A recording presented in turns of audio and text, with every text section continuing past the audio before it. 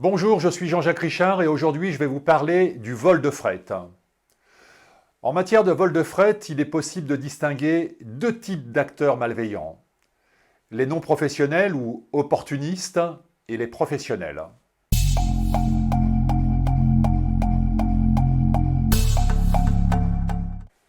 Les non professionnels agissent par instinct. Ils rôdent, ils guettent et frappent lorsqu'une opportunité se présente.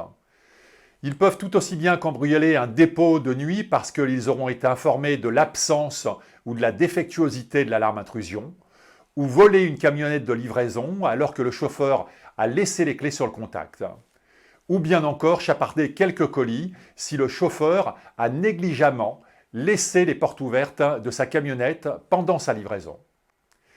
Si cette catégorie d'acteurs malveillants n'est pas très organisée, elle n'en est pas moins dangereuse, car les membres de ces équipes sont bien souvent impulsifs et potentiellement très violents.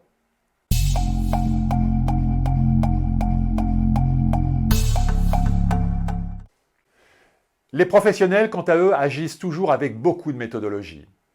Ils ont tout d'abord une information ou un ou des complices au sein même de la société qu'ils visent. Ils élaborent un scénario d'action, reconnaissent les lieux, les itinéraires pour s'exfiltrer, etc. Puis ils passent à l'action, action qui doit être la plus rapide possible. Pour ce faire, ils peuvent intercepter le véhicule de transport en se faisant passer pour des policiers ou des gendarmes, ou bien encore couper l'électricité de toute une zone pour neutraliser les moyens électroniques de protection. Ils étudient aussi avec minutie les conditions de leur exfiltration, mais aussi la zone de stockage de fret qu'ils auront dérobée, car il est beaucoup plus difficile de dissimuler 30 palettes de téléphones portables que 5 sacs de billets de banque. Pour passer à l'action, ces voleurs et braqueurs s'obligent à maîtriser toute la chaîne de sûreté et leurs composantes. Si un des éléments leur échappe, alors ils jetteront leur dévolu sur une autre cible.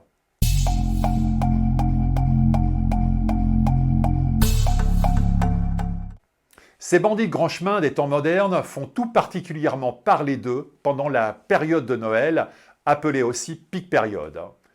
Durant quelques semaines, des milliers de semi-remorques sillonnent plus que jamais les réseaux routiers et les camionnettes de livraison parcourent nos centres-villes afin de livrer ces produits qui raviront petits et grands le jour de Noël.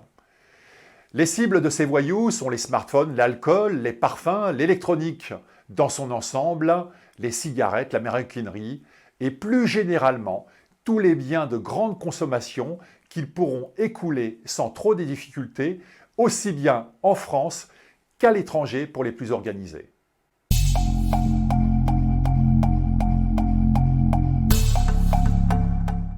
Sensibilisation, moyens mécaniques et électroniques et procédures sont les incontournables piliers pour faire face à ces voyous. La sûreté est avant toute chose une affaire de sensibilisation du plus grand nombre afin que les procédures et consignes soient parfaitement respectées.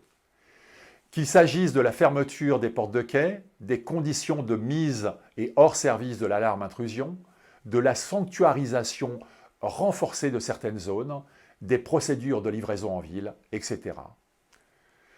Pour lutter efficacement contre ces voleurs ou braqueurs, qu'ils soient amateurs ou professionnels, il est nécessaire de déployer des moyens de sûreté de type mécanique et électronique. Il peut s'agir de serrures spéciales pour les camionnettes de livraison, de balises GPS ou bien encore d'équipements de vidéosurveillance et de détection d'intrusion judicieusement déployés dans les dépôts. S'agissant du schéma directeur de protection, rien ne doit être laissé au hasard, car si certains de ces acteurs ont un QI de moule, d'autres peuvent user de beaucoup d'ingéniosité. Gardez bien à l'esprit que les plus chevronnés d'entre eux transformeront la moindre brèche en matière de sûreté en un trou béant. Si la rapidité d'action constitue pour ces acteurs malveillants un facteur clé de succès, il est essentiel que la réponse de la cible soit également quasi immédiate, et ce, en s'appuyant sur des procédures et consignes justement calibrées.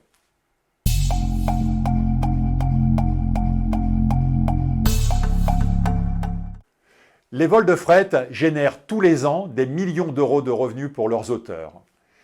Ces méfaits ont inéluctablement des conséquences en matière de sécurité globale, car leurs auteurs chercheront à se diversifier dans le trafic de stupéfiants ou le trafic d'armes par exemple. Les services du ministère de l'Intérieur en charge des affaires les plus importantes sont l'OCLDI, Office central de lutte contre la délinquance itinérante, ou l'OCLCO, Office central de lutte contre le crime organisé. N'oubliez pas de vous abonner en appuyant sur ce bouton et en activant la clochette pour être informé des nouvelles parutions. À bientôt et prenez bien soin de vous.